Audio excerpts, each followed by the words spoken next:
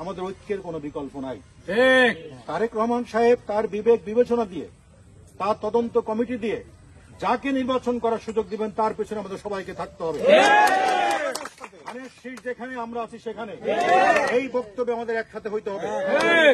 মনির ভাই ওইদিকে গেলে আমি নাই, অমুক গেলে আমি নাই, এই বক্তব্য এখানে চলবে না। আমাদের প্রত্যেককে একই বক্তব্যে আসতে হবে, ধানের শীষ মার্কা যার আমরা তার। যদি এই জায়গায় আসতে পারি আমাদের রাজনীতি করতে হবে, আদারওয়াইজ তার রাজনীতি করার কোনো অধিকার নাই। এই মহেশপুর কোটচাঁদপুর আমরা জানি বিএনপির ঘাঁটি।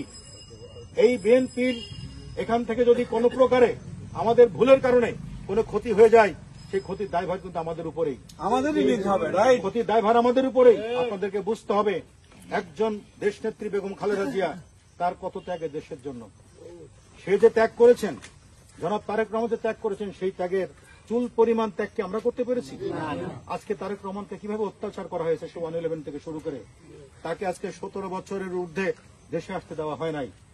আমার নেত্রী, আপনার নেত্রী বেগম খালেদা জিয়া সবচেয়ে জনপ্রিয় নেত্রী, তাকে ঠিকমতো চিকিৎসা দেওয়া হয় নাই, তার এক কাপড়ে বাসা থেকে বের করে দেওয়া হয়েছে। কত অত্যাচার সহ্য, বছরের পর বছর তাকে জেল খাটানো হয়েছে।